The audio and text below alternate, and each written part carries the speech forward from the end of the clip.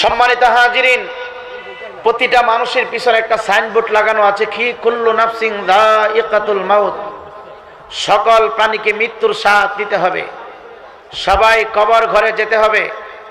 কিন্তু কবরে যাওয়ার আগে আমাদের কিছু করণীয় কাজ এবং বর্জনীয় কাজ আছে, আছে না নাই? কথা বলেন, আছে না নাই? কবর কি কোনো সাধারণ ঘর? কবর বিল্ডিং ঘর? কবর এমন একটি জায়গা, যেই জায়গার কথা আমার নবী পাক সাল্লাল্লাহু তাআলা আলাইহি সাল্লাতু সাল্লাম বুঝাইতে যাইয়া একদিন মসজিদে নববীর মিম্বার শরীফে উঠলেন। চিল্লাকন সুবহানাল্লাহ। সম্মানিত হাজিরিন, যুবক, আল্লাহর নবী হায়াতুন নবী, জিন্দা নবীর যুবক মসজিদে নববীর মিম্বার শরীফে কদম মোবারক দিবে। আমার নবী, আপনার নবী হাঁটি হাঁটি পা কদম মোবারক দিতে দিতে দিতে দিতে দিতে মসজিদে নববীর মিম্বার শরীফে আমার নবী কদম মোবারক দিয়ে হঠাৎ করে বসে বললেন, আমার নবী ওয়াজ করবেন, ওয়াজ। আমার নবী সমস্ত সাহাবাই কেরাম না, অল্প কিছু সাহাবীদের সামনে কথা বলবেন। আজকে আমি আমির হোসেন রায়পুরি, সাধারণ একজন মানুষ। আমার কথা যারা শুনবেন, আপনারাও যেমন সাধারণ, আমিও তেমন সাধারণ। আমার মধ্যে যেমন গুনাহ আছে, আপনাদের মধ্যে তেমন গুনাহ আছে। কি নিয়ে কথা বলবেন? আল্লাহ যে বললেন, হাক্কা তুকাতিহি ওয়ালা তামুতুন্না ইল্লা ওয়া আনতুম মুসলিমুন। আমার নবী, আপনার নবী যুবক মসজিদের মিম্বার শরীফে উঠলেন, বসে গেলেন, বসে ওয়াজ করবেন। আমার নবী হলো বক্তা, শ্রোতাকে জানেননি, আপনাদের মতো সাধারণ শ্রোতা না। শ্রোতা হলো দুনিয়ায় থাকতে যিনি জান্নাতের সার্টিফিকেট পেলেন, আমার আল্লাহ তাআলার পেয়ারা বান্দা, আমার নবীজির প্রিয় সাহাবী, ইসলামের প্রথম খলিফা হযরতে আবু বকর সিদ্দিক রাদিয়াল্লাহু তাআলা আনহু। চিৎকার দিয়ে কোন সুবহানাল্লাহ। হে চান্দকার ইমাম, হে উত্তরকার ইমামদার মুসলমান, দাও তোমার পা দুইটা বানায় দাও। সময় যদি পাইতাম আমি আমির হোসেন রায়পুরি প্রত্যেকটা যুবকের পায়ে ধরে ধরে বলতাম, যুবক, আলেমদের সাথে তুমি বেয়াদবি কইরো না। এইভাবে কোরআনের মাহফিল গুলোতে এলোমেলো আর করবা না। এই ময়দানে কিছুক্ষণ সময় আমরা বসে থাকব, যদি হায়াত থাকে যার যার ঘরে পৌঁছবো, যার যার এলাকায় যেতে পারবো, যার যার ঘরের ভিতরে ঢুকতে পারবো। জানি না আজকের এই ঐতিহাসিক সুন্নি মহাসম্মেলন কার জন্য জানি জিন্দিগির আখির সম্মেলন হয়ে গেছে। আমার নবী, আপনার নবী মসজিদে নববীর মিম্বার শরীফের উপরে বসলেন। এইভাবে আমার নবীজির ডান হাত মুবারক টানে বাম হাত মুবারকের ভিতরে চাপাইয়া ঢুকাইয়া দিল। যেই মাত্র ডান হাত মুবারক টুকু বাম হাত মুবারকের ভিতরে এইভাবে ঢুকাইয়া দিলেন, সাহাবায়ে কেরাম দেখতে পাইল শ্রোতাকে আবু বকর সিদ্দিক, দ্বিতীয় নাম্বার শ্রোতা, ইসলামের দ্বিতীয় খলিফা হযরতে উমর আল ফারুক, ইসলামের তৃতীয় খলিফা হযরত উসমান গনি রাদিয়াল্লাহু তাআলা আনহু, ইসলামের চতুর্থ খলিফা মাওলা আলী মুশকিল কুশা রাদিয়াল্লাহু তাআলা আনহু। এইভাবে অসংখ্য অগণিত সাহাবীরা মসজিদে নববীর ভিতরে আমার নবীজির নুরানি চেহারা মুবারকের দিকে তাকায় আছে। চিৎকার দিয়ে কোন সুবহানাল্লাহ। সম্মানিত হাজিরিন, এখান থেকে একটা বয়ান শিক্ষা নেবেন। আমার নবীজির চেহারা মুবারক, তোমার হবে চেহারা, আমার হবে হাত, নবীজির হবে হাত মুবারক, আমার হবে দাড়ি, নবীর বেলায় হইবে দাড়ি মুবারক, আমার হইবে পাগড়ি, নবীর বেলায় হইবে পাগড়ি মুবারক, আমার বেলায় হইবে জুব্বা, নবীর বেলায় হইবে জুব্বা মুবারক, আমার বেলায় হইবে চুল, নবীর বেলায় হইবে চুল মুবারক, আমার বেলায় হইবে জুতা, নবীর বেলায় হইবে জুতা মুবারক। কেন কেন কেন জাননি?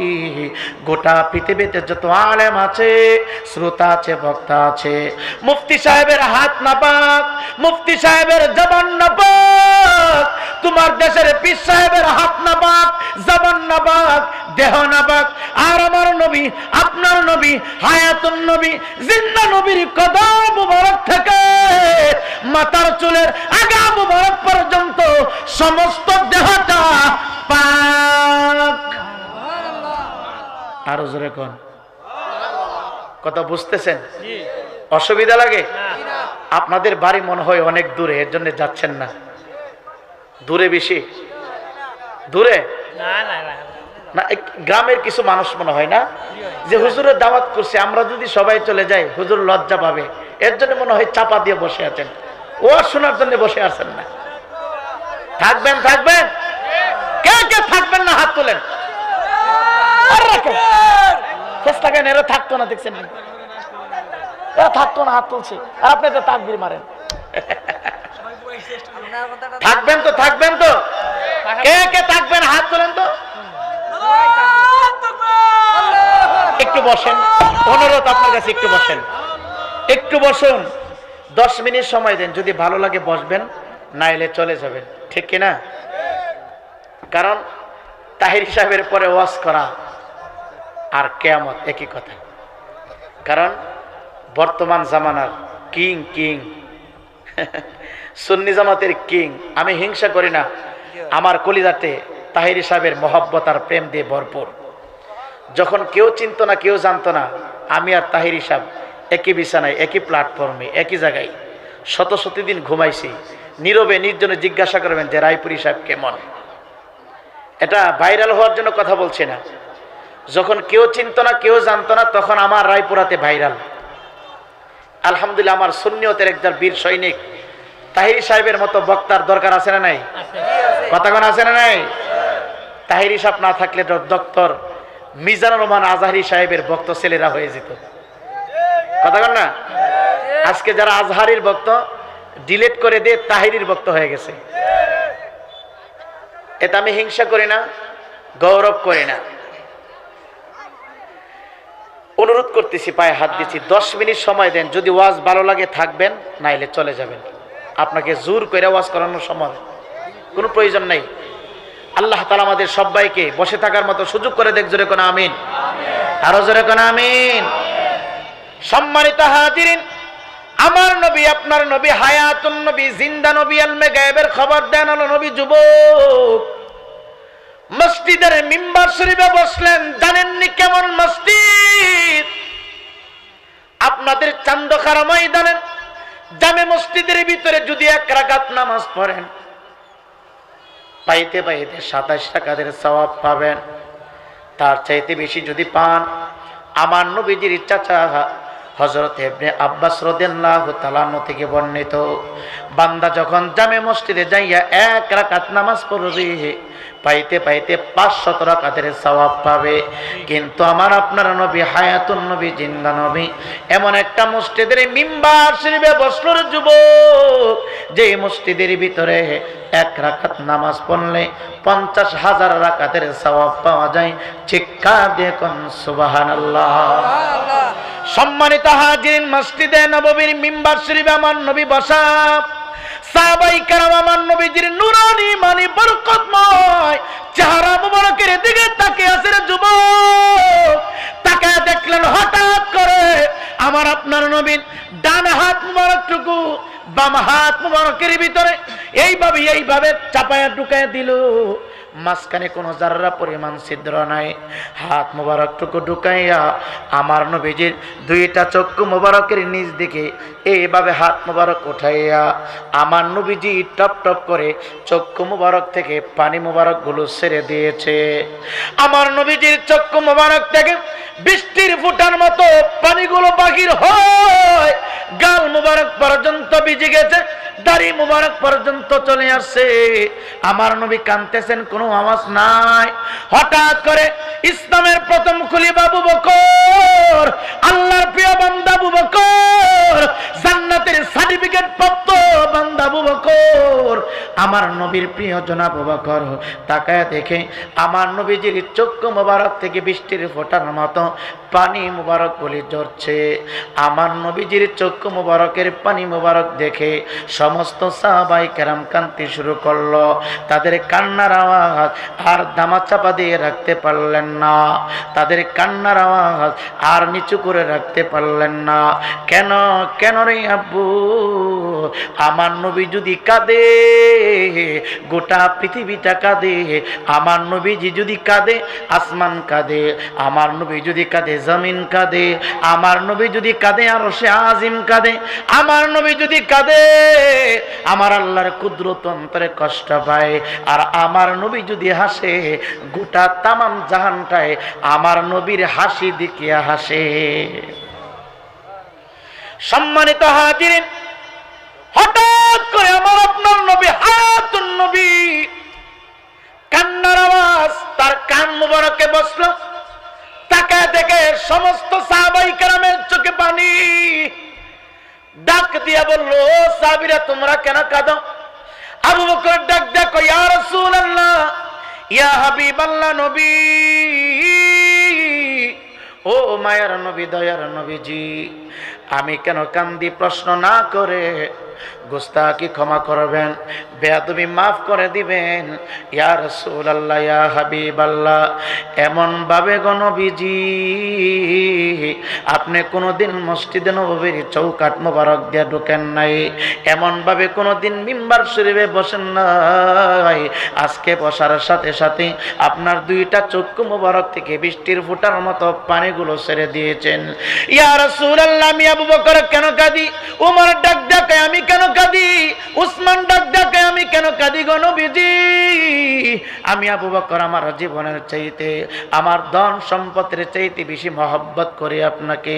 ওমর ডাক ডাকে নবী গো, আমার জীবনের চাইতে বেশি মহব্বত করি আপনাকে, আমার সন্তান মা বাবার চাইতে বেশি মহব্বত করি আপনাকে। আজকে যখন দেখলাম মসজিদে নববীর মিম্বার শরীফে বসে আপনি কাঁদতে শুরু করলেন, কিসের জন্য কাঁদেন জানি না, আপনার চক্ষু মোবারকের পানি মোবারক দেখে আমরা এমনিতে কাঁদতে শুরু করেছি। নবী আমার ডাক ডাক কয়, সাহাবীরা রে,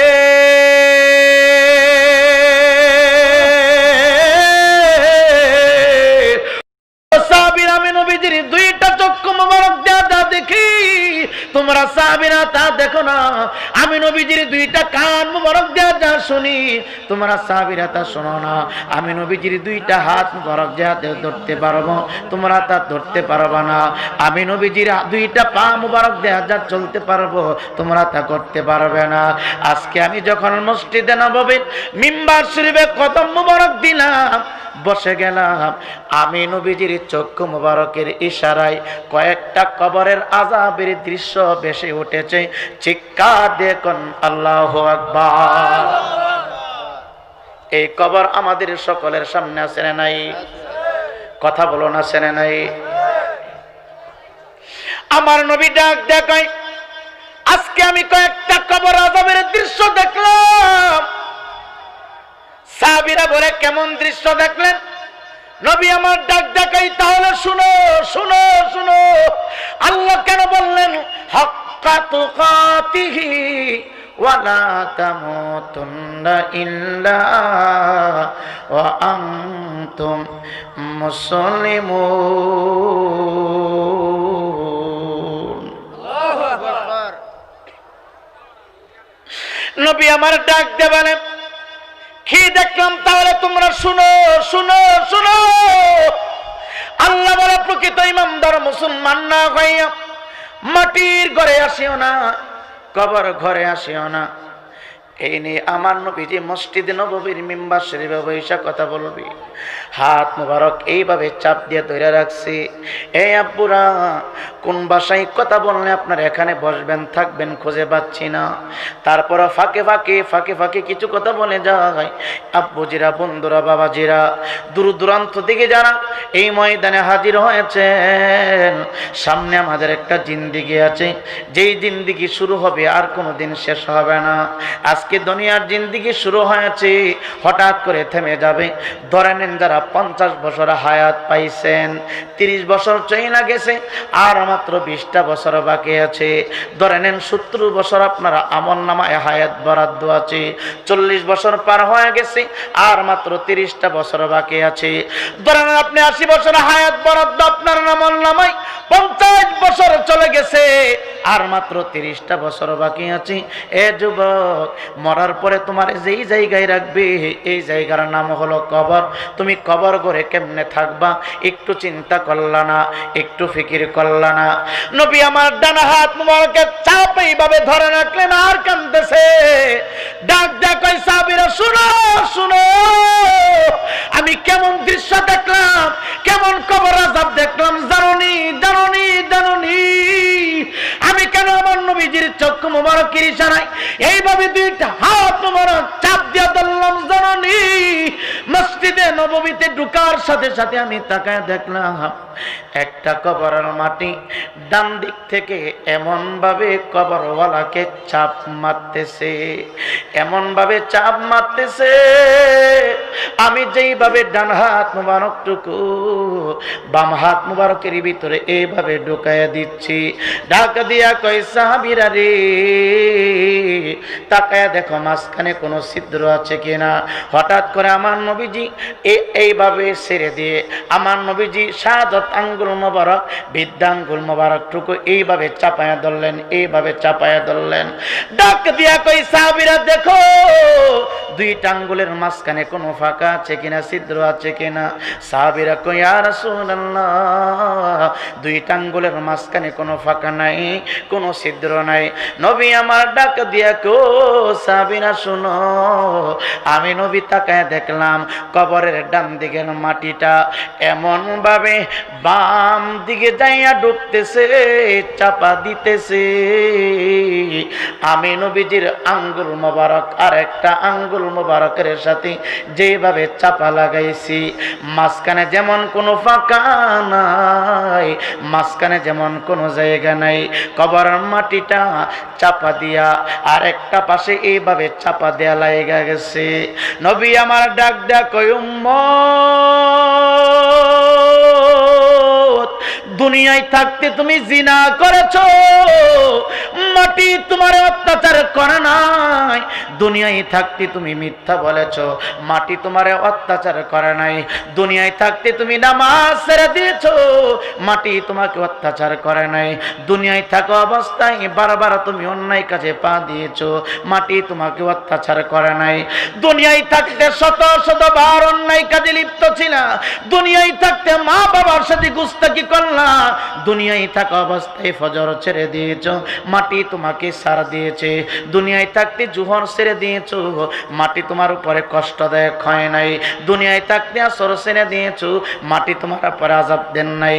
দুনিয়ায় থাকতে মাগরিব ছেড়ে দিয়েছো, মাটি তোমারে কষ্ট দেয় নাই। দুনিয়ায় থাকতে এশা ছেড়ে দিয়েছো, মাটি তোমারে কষ্ট দেয় নাই। কিন্তু শোনা শোনা শোনা শোনা, এই 3.5 হাত দেহ থেকে যখন প্রাণ পাখিটা বাহির হয়ে যাবে, তোমার সমস্ত আত্মীয় স্বজন গলি কুসুম গরম পানি লাগাইয়া গোসল দিয়া পা থেকে মাথা পর্যন্ত সাদা কাপড় দিয়া প্যাকেট বানাই, আরে আব্বু যখন তোমার আমার অন্ধকার মাটির ঘরে রাখবে, ওই দিন কবরের আযাব থেকে কেউ বাঁচতে পারবে না, ওই দিন কবরের চাপ থেকে কেউ বাঁচতে পারবে না। এই আমি আমির হোসেন রায়পুরের জন্য যেমন মাটির ঘর, তোমার জন্য থাকবে মাটির ঘর। বক্তার জন্য যেমন মাটি, সুতার জন্য তেমন মাটি, রাষ্ট্রপতির জন্য যেমন মাটি, প্রধানমন্ত্রীর জন্য তেমন মাটি, পীরের জন্য যেমন মাটি, মুরিদের জন্য তেমন মাটি। নবী আমার ডাক দেয়া কই শুনো, আমি তাকায় দেখতেছি কবরের ডান দিকের মাটিটা এমন ভাবে আল্লাহর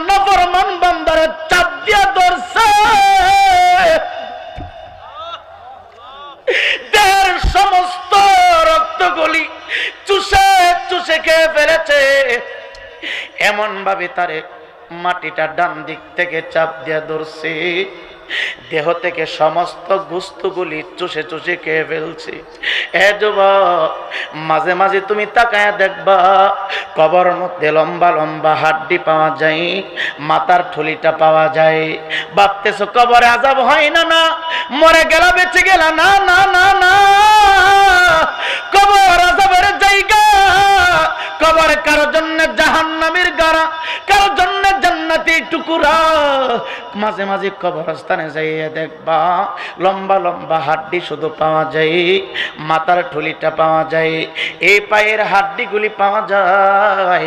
আবার মাঝে মাঝে ইতিহাসের পাতায় দেখবা 1400 বছর পরেও কবর ভিতরে তরতাজা লাশ বাহির হয়। মাঝে মাঝে তাকায় দেখবা, এই তো জালুঘাটির ঘটনা আপনারা ফেসবুকে পাইছেন, নদীর পাশে কবরস্থান, নদী ভাঙ্গন লেগেছে, কবরস্থানের ভিতরে ঢেউ ঢুকে গেছে, কবরটা ভেঙে 26 বছর পূর্বে লাশটাকে দাফন করা হয়েছিল। পানির স্রোতে কবর থেকে 26 বছর পরে লাশটা বাহির হয়ে গেছে। একটা যুবক ডাক দেয়া কয়, এটা তো আমার বাবার লাশ।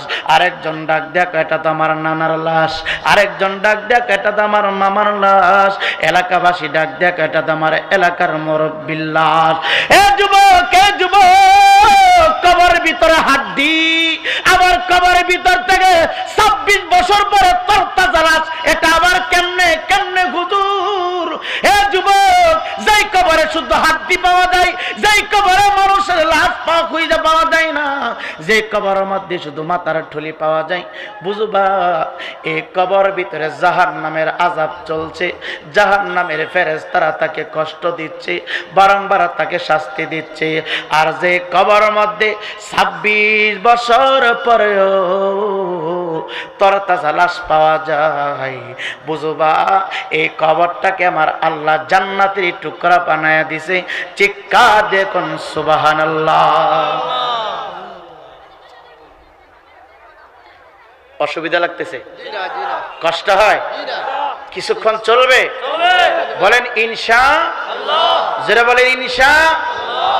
ওরে বাবা বায়াতিয়া সজন কেহ নাই আপন হবে, একা একা যাইবা তুমি অন্ধকার কবরে।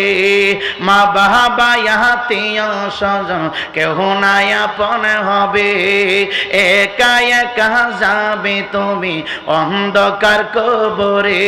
ওরে হবে আমল সঙ্গী সাথী, হবে আমল,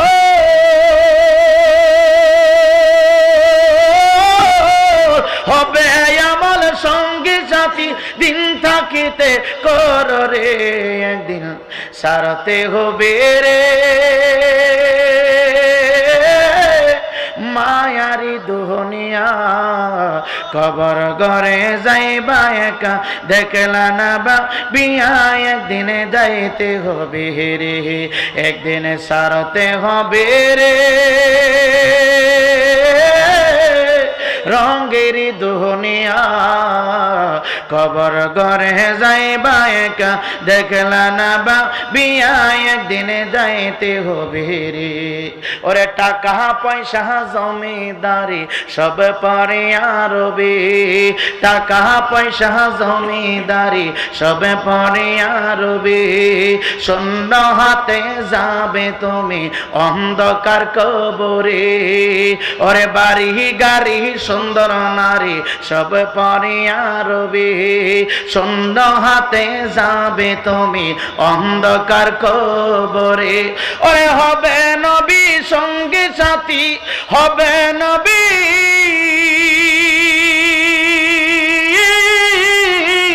ওরে হবে নবী সঙ্গী সাথী, দিন থাকিতে কররে একদিন সারতে হবে রে। রঙের দুনিয়া কবর ঘরে যাইবা একা, দেখলা না বা বিয়া একদিন সারতে হবে রে। আওয়াজ করে বলেন ঠিক না বেঠিক? ওরে সুন্দর বাড়ি সুন্দর নারী কিছুই নাহি যাবে, সাদা কাপড় লাগবে তোমার সারাটি গায়ে। ওরে সুন্দর নারী সুন্দর বাড়ি কিছুই নাহি যাবে, ওরে সাদা মার্কিনি লাগবে তোমার সারাটি দেহে। ওরে হবে নামাজ সঙ্গী সাথী দিন থাকিতে করো রে, একদিন সারতে হবে রে মায়ারি দুনিয়া।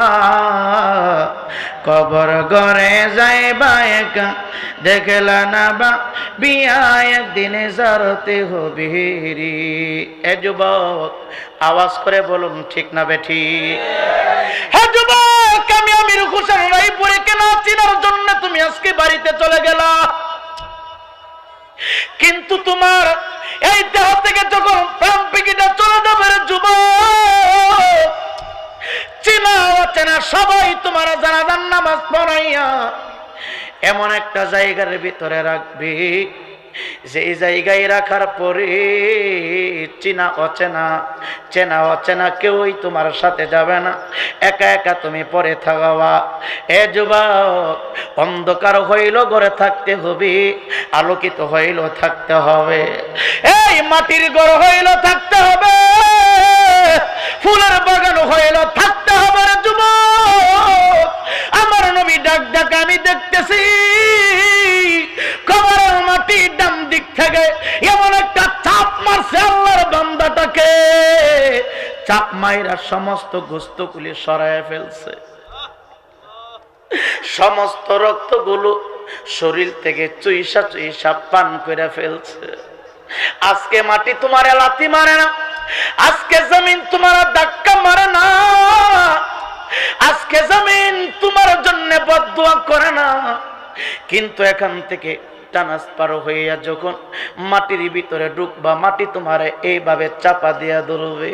নবী আমার ডাক দিয়া কই শোনো, আমি তাকায় দেখলাম শুধু ডান দিক থেকে চাপা লাগায় নাই, বাম দিক থেকে আরেকটা চাপ মারার জন্য প্রস্তুত হয়ে গেছে। ইমানদার মুসলমান শুনো,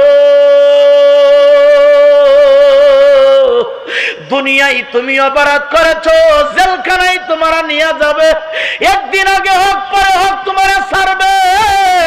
হায়াত থাকলে তুমি মারে দেখতে পারবা, বাবারে দেখতে পারবা,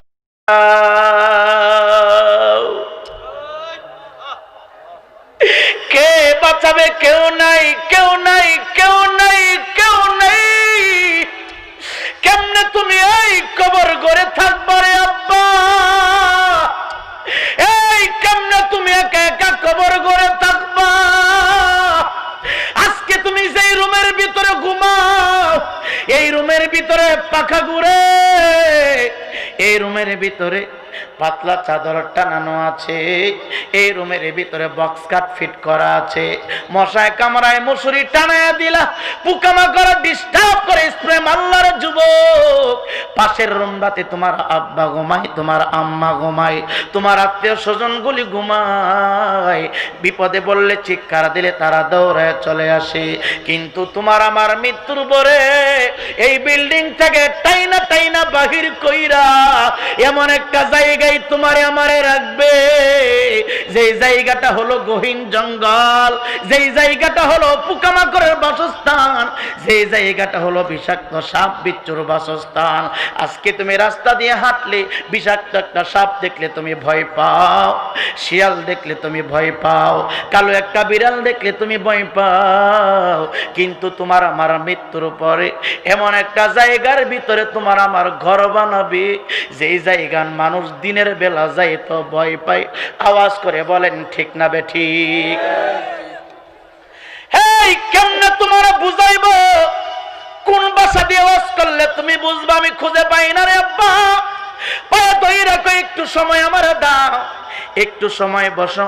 যতক্ষণ তুমি বসে থাকবা ফেরেশতারা তোমার আমার আমলনামার ভিতরে নেক লিখতেই থাকবে, দিতেই থাকবে, দিতেই থাকবে, গুনাহগুলো কাটতে থাকবে।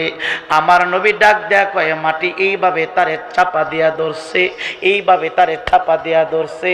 বাঁচার মতো কোনো উপায় নাই। দুনিয়ায় থাকতে কোরআনটা তুমি বুকে লাগাও, দুনিয়ায় থাকতে তুমি কোরআনটাকে মহব্বত করো, দুনিয়ায় থাকতে যারা কোরআনে কারিমের সাথে সম্পর্ক রাখবা, আমার নবী ডাক দেয়া কয় শুনো, কবরের মাটি তোমারে চাপ দিয়া ধরতে পারবে না। এই কোরআনের মহব্বত, কোরআনের আওয়াজ, কোরআনের তেলাওয়াত, কোরআনের বাণীগুলো শোনা, আল্লাহ রাব্বুল আলামিন তোমার জন্য একটা সবুজ বরণের পাখি বানায়া দিবে। মাটি যখন চাপ দেওয়ার জন্য চেষ্টা করবে, তোমার সিনা বরাবর পাখিটা এইভাবে ডানাটা সরাইয়া দিবে। এই পাখির ডান দিকের ডানার থেকে মানুষের কণ্ঠের মতো আওয়াজ বাহির হবে, এরে কবরের মাটি শুনো, শুনো, শুনো। এই বান্দা কোনোদিন দুনিয়ার জমিনে কোরআন তেলাওয়াত ছাড়ে নাই, কোরআনের আলোচনা ছাড়ে নাই, কোরআনের লাইফটা ছাড়ে নাই। এই বান্দারে চাপা দিয়ে কষ্ট দিবা না। বাম দিক থেকে যখন চাপা মারতে শুরু করবে, পাখির বাম দিকের ডানাটা এইভাবে ধরবে, ডাক দিয়ে বলবে এই বান্দারে তুমি চাপ দিয়ে ধরবা না, এই বান্দারে কষ্ট দিবা না। কেন কেন কেন? মাটি তখন বলবে তুমি কে? এই কোরআন, কোরআন বলবে আমি অন্য কেউ না, আমি হচ্ছে বাল হুয়া কুরআনুন মাজিদুন ফি লাউহিম মাহফুজ। আল্লাহু আকবার। এই আমি পাখি না, আমি পাখি না, আমি হচ্ছে আল্লাহর লাউহে মাহফুজের কোরআন। দুনিয়ায় থাকতে এই বান্দাটা কোরআনের জিন্দেগি করেছে, দুনিয়ায় থাকতে এই বান্দাটা রাসূলের তরিকায় চলেছে, যুবক রাসূলের তরিকায় চলেছে। আর মাত্র 5টা মিনিট সময় কইয়া যাইব, কোরআনের সাথে সম্পর্ক রাখলে কেমন হবে, আমার নবীর সাথে সম্পর্ক থাকলে কেমন হবে। এই বর্তমান যুগের আমার নবীজির গোলামের গোলামের গোলামের গোলামের গোলামের গোলামের গোলাম, কেমন গোলাম? আল্লাহর ওলি ইবনে লুবা রহমাতুল্লাহি আলাইহি আজকে জামে মসজিদ কমিটির উদ্যোগে মাহফিল, এমন একটা জামে মসজিদের ভিতরে আল্লাহর ওলি ইবনে লুবা রহমাতুল্লাহি আলাইহি জুমআ পড়ানোর জন্য মসজিদে হাজির হয়ে গেলেন। আজকে আমি গেট দিয়ে ঢোকার পরে তাকায় দেখলাম রাস্তার ডান দিকে অনেক কবরস্থান, বাম দিকে অনেক কবরস্থান, সামনে আছে মসজিদ। আল্লাহর মহান ওলি ইবনে লুবা রহমাতুল্লাহি আলাইহি যুবক, কোরআনের পাখি, আমার নবীর গোলাম, আমার নবীর আশিক, জুমআ পড়ার জন্য জুমার মসজিদে উপস্থিত হয়ে গেল। চিৎকার দিয়ে কোন সুবহানাল্লাহ। কবরে আযাব হয়নি আব্বা? আওয়াজে বোঝাতে হয় না? হয়নি, হয়নি। এই বিশ্বাস কার কার আছে হাত তুলে দেখান তো।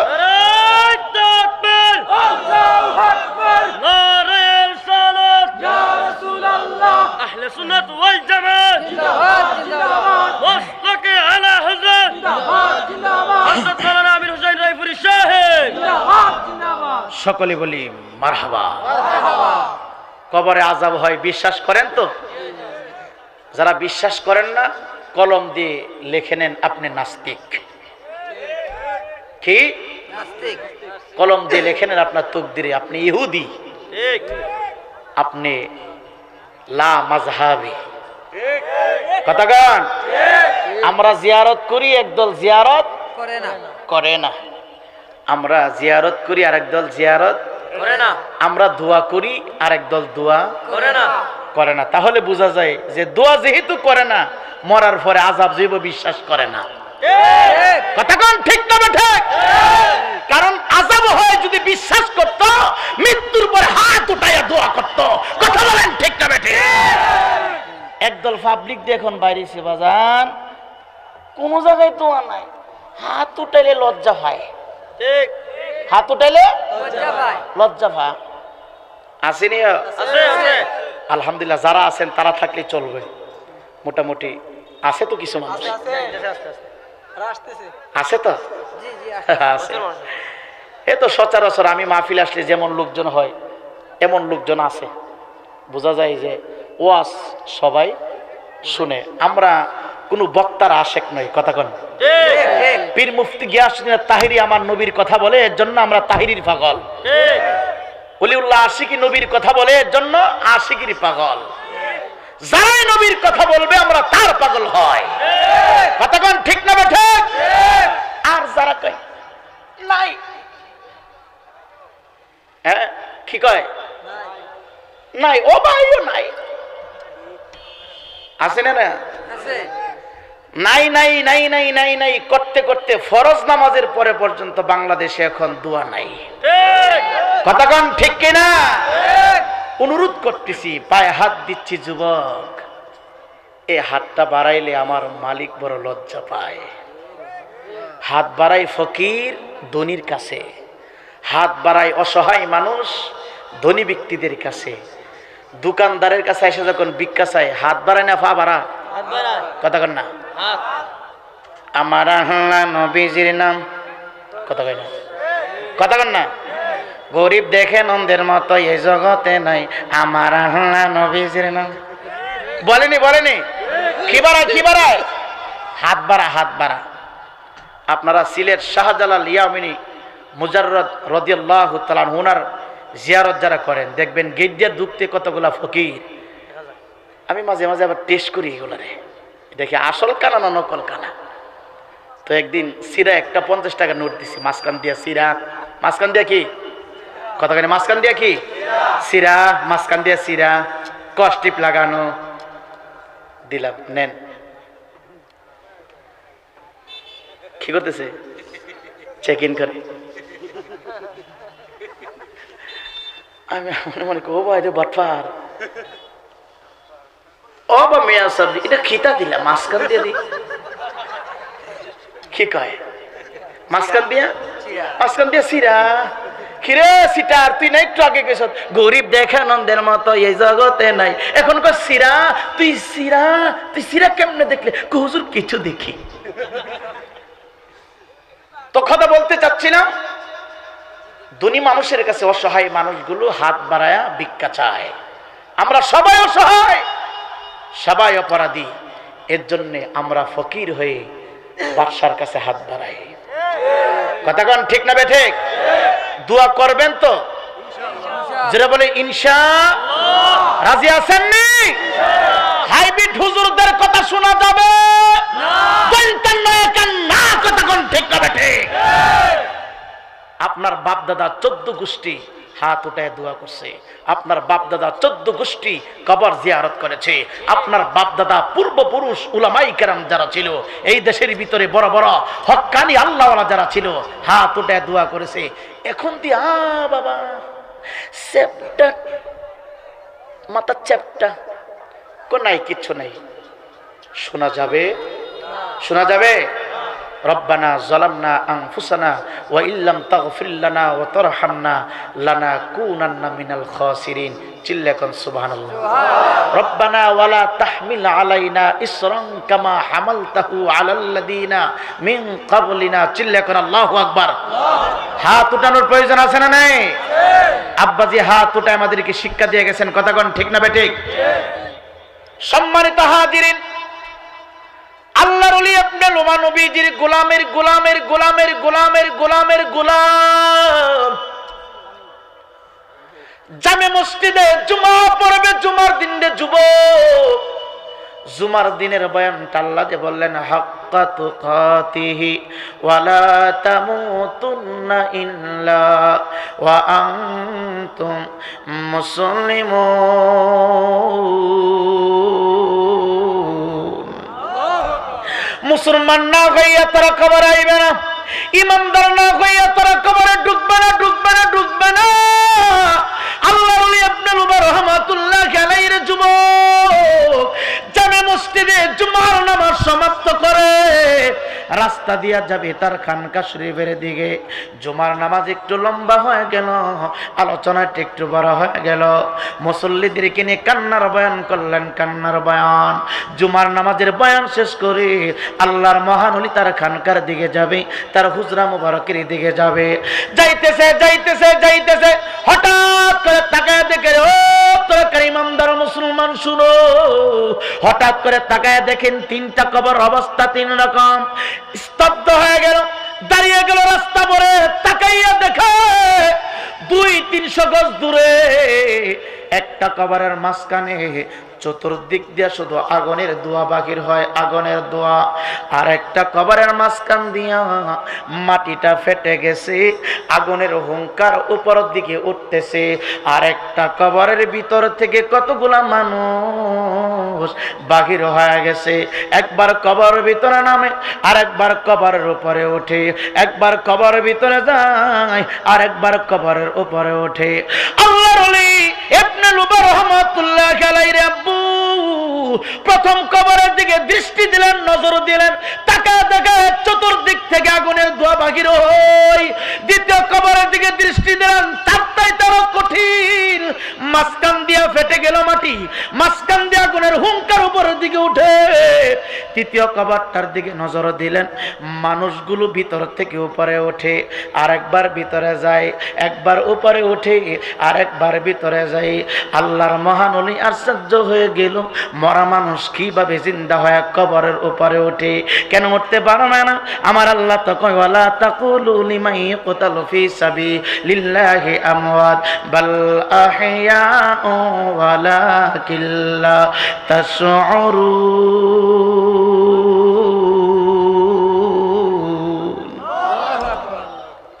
আল্লাহর রাস্তায় যারা জীবনটা বিলীন করো না, নবীর মহব্বতে যারা জীবনটা কুরবানি করবা, আমার আল্লাহকে এদেরকে তোমরা মৃত্যু বলিও না, মৃত্যু বলিও না। বাল আহইয়া ওয়ালাকিন লা তাশউরুন, তারা কবরে জীবিত, আমরা মোল্লারা তাহা বুঝি না। এই জন্য তো বাবা শাহজালালের জিয়ারতে আমরা যাই না। এই যুবক বন্ধুরে, আল্লাহর ওলিরা কোনোদিন মৃত্যুবরণ করে না, ইমানদার মুসলমানরা কোনোদিন মরতে পারে না, শুধু স্থান পরিবর্তন করে কবর দেশে চলে যায়। কেন কেন কেন? এই হাদিস থেকে আমরা শিক্ষা পাইব, এই আয়াতে কারিমা থেকে আমরা শিক্ষা নেব। কি হাদিস? আমরা কবরস্থানের পাশে দাঁড়া সালাম দেই, আসসালামু আলাইকুম ইয়া আহলাল কবুর। কথা কোন ঠিক না বে ঠিক? অন্যদিকে যাব না, নির্ধারিত টাইমে সমাপ্ত করে দিব। আল্লাহর মহান ওলি তাকে দেখলেন কবরের ভিতর থেকে যেই মানুষগুলি লম্বা হয়ে দাঁড়ায় আছে, আবার কবরের ভিতরে যায়, আবার কবর থেকে বাহির হয়, আবার কবরের ভিতরে ঢুকে, আবার লাভ নাই না কবরের ভিতর থেকে উঠে। এই মানুষগুলোর পা থেকে মাথা পর্যন্ত সাদা কাপন দিয়ে প্যাকেট না, সিনা বরাবর কাপনের মাথাটা লাগানো, কাপনের মাথাটা ডান দিক দিয়ে এইভাবে নটকে আছে, বাম দিক থেকে এইভাবে পড়ে আছে, মাঝখান দিয়ে কোনো চেন দেওয়া নাই, ডান দিকে কোনো সেলাই করা নাই, এই জায়গায় কোনো বুতুম ফিট করা নাই, কোনো কিছু লাগানো নাই। কেন জানি এইভাবে কাফনের মাথাটা জ্বলে আছে, এইভাবে কেন জানি জ্বলে আছে। আল্লাহর মহান ওলি ইবনে লুবা রাহমাতুল্লাহ গানাইরে যুবক লম্বা সময় নিয়ে মুরদারের দিকে তাকাইয়া তাকাইয়া মুস্কি মুস্কি হাসে। আমি আমার লাইফে এমন কাজ কারবার দেখি নাই। মরা মানুষ কবর থেকে বাহির হইয়া ওপর থেকে খেয়ে নেওয়া যায় কবরের ভিতরে, আবার কাফনের মাথাটা এইভাবে লটকে আছে, এইভাবে লটকে আছে। যুবক আল্লাহর মহান ওলি ইবনে লুবা রাহমাতুল্লাহ আলাইহি আস্তে আস্তে আস্তে আস্তে আস্তে আস্তে করে সামনের দিকে কদম বাড়াইয়া কবরবাসীর সামনে দাঁড়াইয়া, মৃত্যু মানুষের সামনে দাঁড়াইয়া ডাক দেয়, আসসালামু আলাইকুম ইয়া আহলাল কুবুর। জোরে কন্যা সুবহানাল্লাহ। এখান থেকে ছোট্ট একটা পয়েন্ট আপনাদের সকলকে বইলা যাব, কবরস্থানের পাশে দাঁড়াইয়া প্রস্রাব করবেন না, কবরস্থানের পাশে দাঁড়াইয়া গাঞ্জা টানবেন না, কবরস্থানের পাশে নাট্যমঞ্চ গান বাজনার আওয়াজ বাজাইবেন না, এই কবরস্থানের ভিতরে গরু আর ছাগল মহিষ এইগুলি ঢুকতে দিবেন না, কবরস্থানের আশপাশে পায়খানা প্রস্রাব করা যাবে না।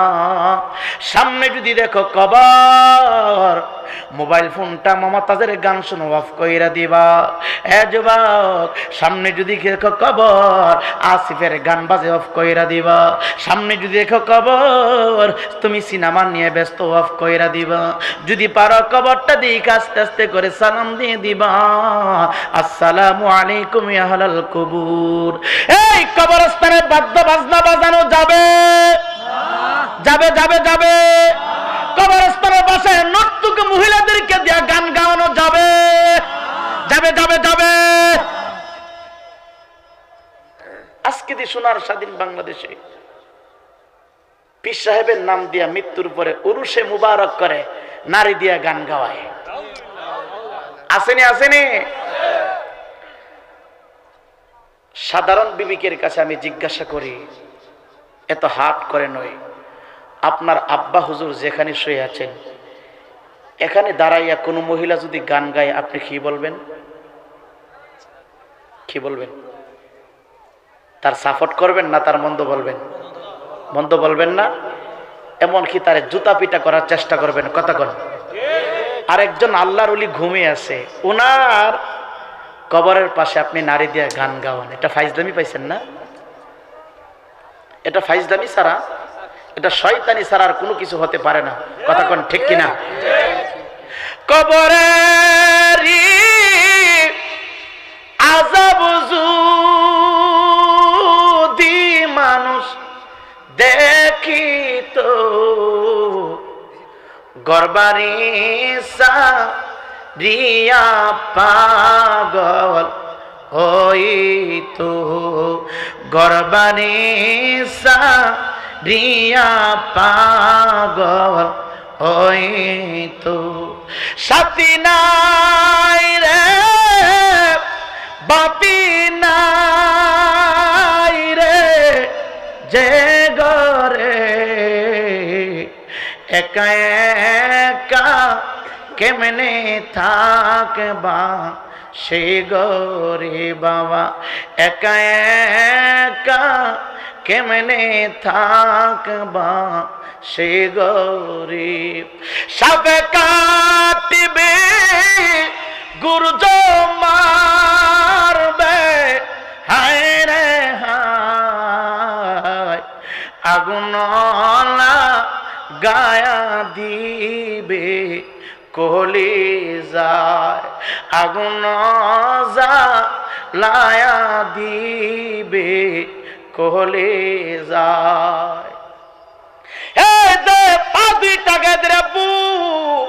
পায়ে দইরা বইনা যায়, আর কোনদিন কবরস্থানের পাশে দাঁড়াইয়া ইন্ড্রয়েড ফোন থেকে আর বাদ্য বাজনা বাজাইস না। আর কোনদিন কবরস্থানের আশেপাশে পায়খানা প্রস্রাব করবে না। যদি পারিস কবরস্থানটা আস্তে আস্তে করে সুন্দর একটা পবিত্র ঝাড়ু দিয়ে ঝাড়ু দিবে। যদি পারিস কবরস্থানের আগাছাগুলি পরিষ্কার করে দিবে।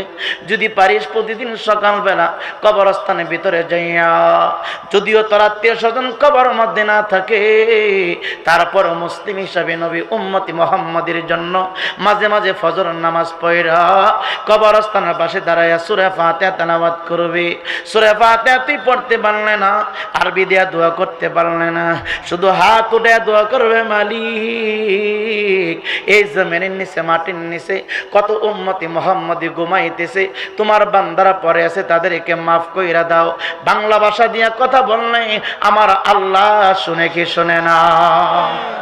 আল্লাহর মহান ওলি ইবনে লুবা রাহমাতুল্লাহ আলাইহি তাকে দেখলো যুবক, সালাম দিলেন, সালামের উত্তর না নিয়া আওয়াজ পাইয়া যেই লোকগুলো কবরস্থানের উপরে ছিল, একবার কবরের ভিতরে যাই আর একবার কবরের উপরে উঠে, ডান দিক দিয়ে কবরের মাথাটা ঝুলন্ত অবস্থায় আছে, বাম দিক দিয়ে ঝুলন্ত অবস্থায় আছে।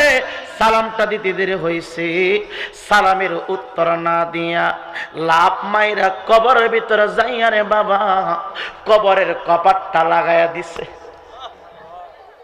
চিল্লা কোন আল্লাহু আকবার। কবরের কপাট এইভাবে লাগাইয়া দিছে, কবর কবর এটা বিল্ডিং না রে আব্বা। এই কনকনে শীতে যদি কেউ মৃত্যুবরণ করে, চোখে দেখলাম নাই তো আজ থেকে 9 দিন পূর্বে আমার ফ্রেন্ড এ যুবক তাহির সাহেবের সাথে অনেক আলোচনা করেছে, আমার সাথেও বিভিন্ন জায়গায় আলোচনা করেছে।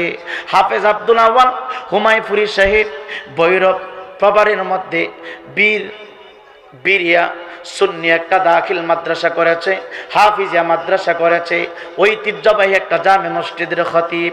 হঠাৎ করে অসুস্থ হয়ে গেল, হাসপাতালে তারা নেওয়া হলো। চিকিৎসার ভিতরে উনি ছিলেন। 10 দিন পার হইয়া 11 দিনের মাথায় রাত্রের শেষ দিকে ওনার ইন্তিকাল হয়ে গেছে। 4টা সন্তান, 2টা মেয়ে, 2টা ছেলে। বড় সন্তানের বয়স 10 বছর, ছোট্ট বাচ্চার সন্তানটা মাত্র 6 বছর। এ যুবক পিচ্ছি পিচ্ছি কইটা বাচ্চা রাখিয়া চলে গেল।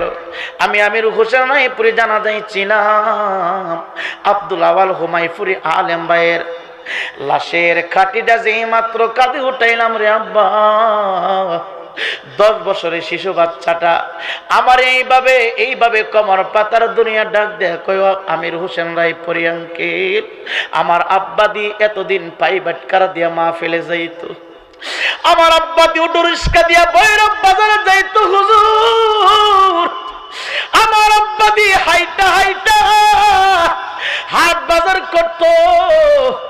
আজকে কেন আমার আব্বা আপনাদের সাথে হাঁটে না? আজকে কেন আপনারা আমার আব্বারে কাঁধে চড়াইয়া সাদা কাপড় দিয়ে প্যাকেট বানিয়ে কোথায় নিয়ে যাচ্ছেন?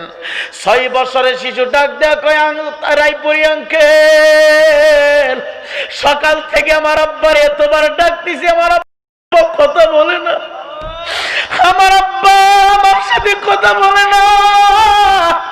ও রায়পুরী আঙ্কেল, আপনি বলেন না আমার আব্বার কি হয়েছে, কেন কথা বলে না?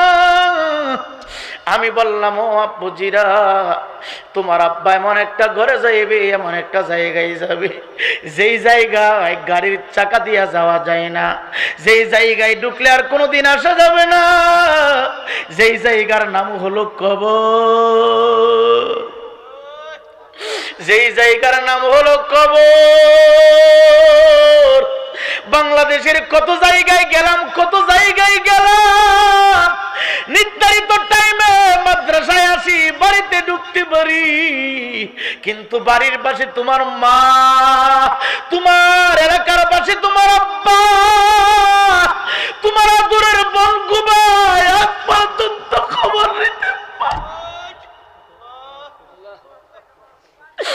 এই জায়গার নাম হলো কবর, কেমনে তুমি থাকবা?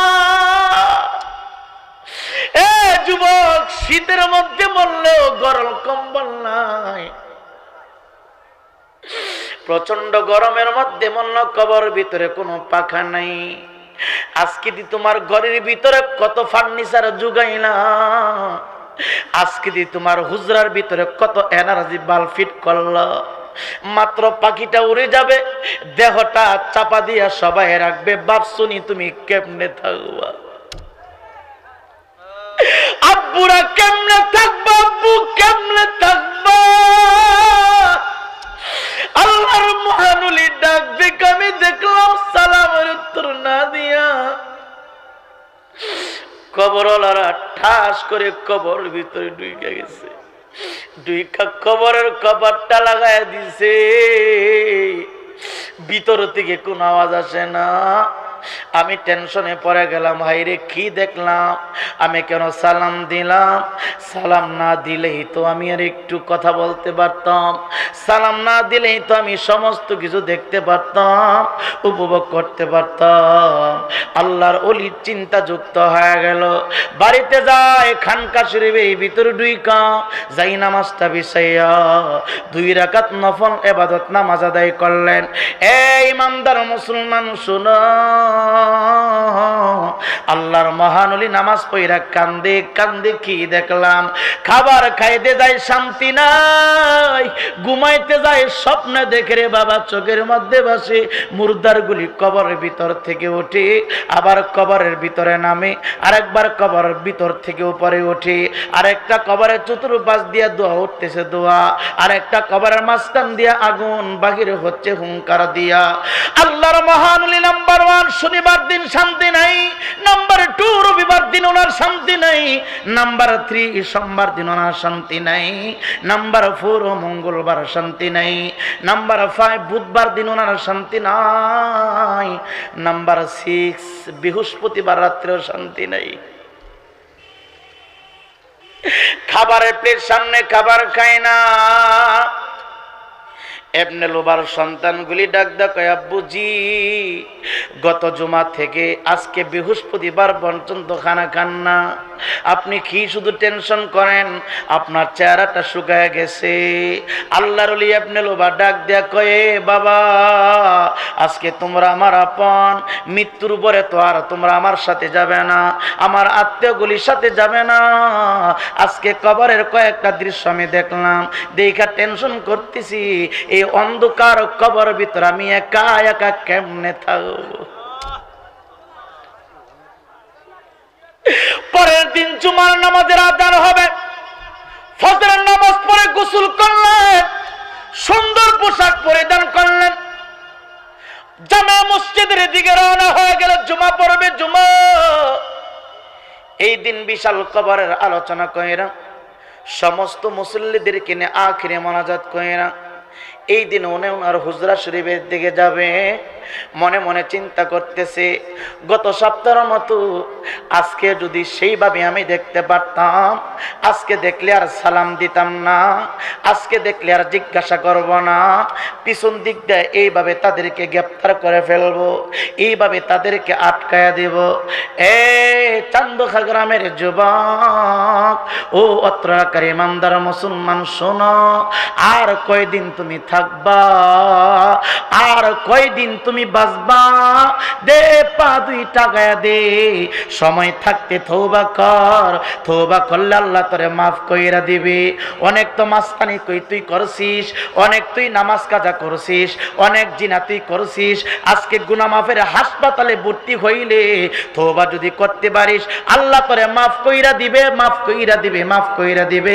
কেন আমার আল্লাহ হচ্ছেন লা তাকনাতু মির রাহমাতিল্লাহ। আল্লাহ ও গো আল্লাহ মাফ করে দাও, ক্ষমা করে দাও আল্লাহ, ও গো আল্লাহ মাফ করে দাও, ক্ষমা করে দাও। যতদিনে জীবন বিনা বাজিবে,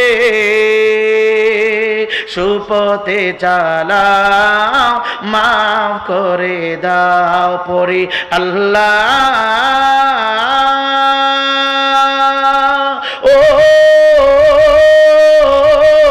গো আল্লাহ মাফ করে দাও, ক্ষমা করে দাও। যতদিনে জীবন গারে চলিবে, সুপথে চালাও, মাফ করে দাও। তোমাকে না দেখিয়া, নবীকে না চিনিয়া, ঈমান এনেছি তবু, তোমাকে না দেখিয়া, নবীকে না চিনিয়া, ঈমান এনেছি তবু। সে ওসিলায় পাপীকে ক্ষমা করে দাও, মাফ করে দাও, ক্ষমা করে দাও আল্লাহ, ও গো আল্লাহ মাফ করে দাও, ক্ষমা করে দাও। কাউকে ডরে না, কারণ শানি না, তবু দারে হাত পাতি তবু। কাউকে ডরে না, কারণ শানি না, তবু দারে হাত পাতি তবু। সে ওসিলায় মা বাবাকে জান্নাতে নাও, মাফ করে দাও, ক্ষমা করে দাও।